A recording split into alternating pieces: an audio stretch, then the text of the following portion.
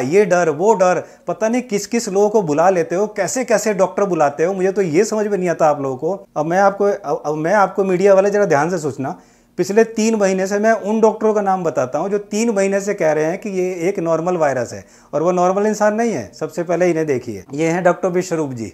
ये पिछले 3-4 महीने से बोल रहे हैं कि कोरोना एक नॉर्मल वायरस है, इससे घबराने की जरूरत नहीं करी, लेकिन आप लोगों ने कभी इनकी बात नहीं सुनी, इनको अपने चैनल पर नहीं लेके आए।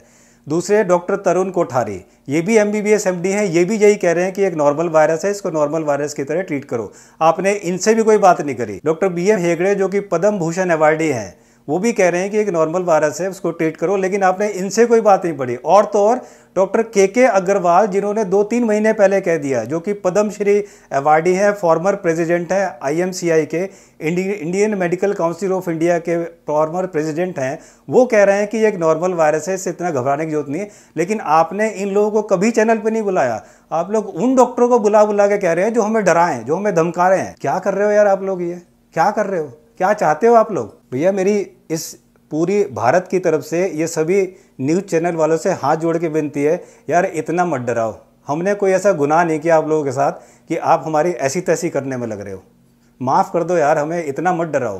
हिंदू मुस्लिम के नाम पर, और ये देश विभाजन के नाम पर, इसके नाम पर, उसके नाम पर, कोरोना के नाम पर, बीमारी, पता नहीं किस किस चीज़ के नाम पर आप हमें डराया जा रहे हो। भाई मत डराओ, हम पहले बहुत डरे हुए हैं, मत डराओ। देश पहले ही बहुत परेशान है। और मैं जितने भी TV न्यूज़ चैनल्स हैं उनको ये कहना चाहता हूँ, अगर आप में हिम्मत है तो आप मुझे बुलाइए अपने चैनल पे, मैं आपको बताता हूँ कि आपको करना क्या चाहिए था और आप कर क्या रहे हैं और कहाँ आप गलत हैं। और उस शो को आप लाइव रखिए ताकि लोगों को पता चले कि सच्चाई क्या है और कर क्या रहा है। अब मैं नरेंद्र मोदी जी जो हमारे देश के प्रधानमंत्री हैं, उनसे मैं कुछ विनती करना चाहता हूँ।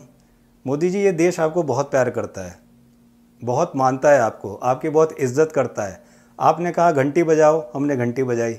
आपने कहा थाली बजाओ, हमने थाली बजाई। ये उत्साह देखते ही बनता है एक बुजुर्ग महिला का अलग ही अंदाज में धन्यवाद देती। आपने कहा दिए जलाओ, हमने दिए जलाए। Huge housing society, and just look around every house, the lights have been switched off.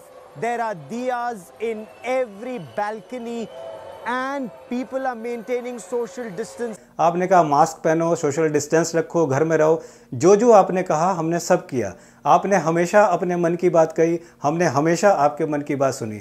लेकिन मोदी जी, अब ये 130 करोड़ की जनता अपने मन की बात आपसे कहना चाहती है, तो प्लीज़ आप हमारे मन की बात सुनिए मोदी जी। पहली बात तो ये मोदी जी, हमारी रिक्वेस्ट है आपसे कि जितने भी ये TV न्यूज़ चैनल्स हैं, इनको कम से कम 1 साल के लिए बंद कर दीजिए।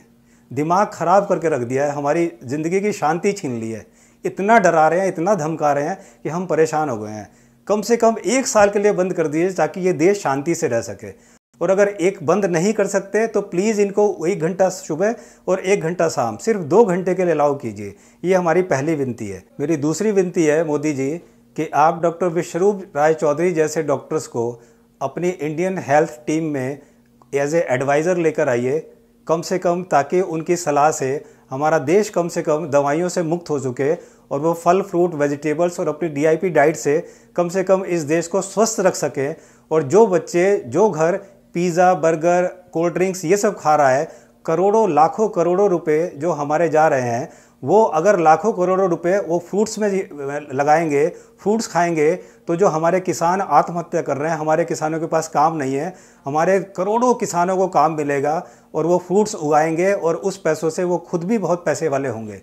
इससे हमारा देश भी स्वस्थ होगा और जो हमारा पैसा दवाइयों में जा रहा है वो पैसा सीधा हमारे किसानों को जाएगा। तो मेरी आपसे रिक्वेस्ट है कि प्लीज़ डॉक्टर विश्वरूप जी को अपनी इंडियन हेल्थ डिपार्टमेंट में एज ए एडवाइज़र प्लीज़ आप उनको जगह दीजिए। और जब हमारे देश के बच्चे फ्रूट्स खाएंगे, वेजिटेबल्स खाएंगे, अपनी इम्यूनिटी बढ़ाएंगे, तो कोविड-19 क्या, कोविड-90,000 भी आ जाए तो भी वो हमारा कुछ नहीं कर सकता। और मैं सभी डॉक्टरों से अपील करना चाहता हूँ कि आप लोग US की और यूरोप की कॉपी ना करें। ये मत समझे कि उनकी टेक्नोलॉजी बहुत अच्छी है, हेल्थ के मामले में वो हमसे आगे नहीं है। US आईफोन बना सकता है, US मिसाइल बना सकता है, लेकिन शरीर से मल ठीक से कैसे निकलेगा वो इंडियन जानते हैं, वो US को नहीं आता। US के लोगों को हमेशा कब्ज़ की शिकायत रहती है, वो ठीक से अपना टॉयलेट बाथरूम में नहीं निकाल पाते। यही इसलिए वहाँ पर कंसेप्ट अटैच्ड टॉयलेट बाथरूम का है, जो कि इंडिया में नहीं था।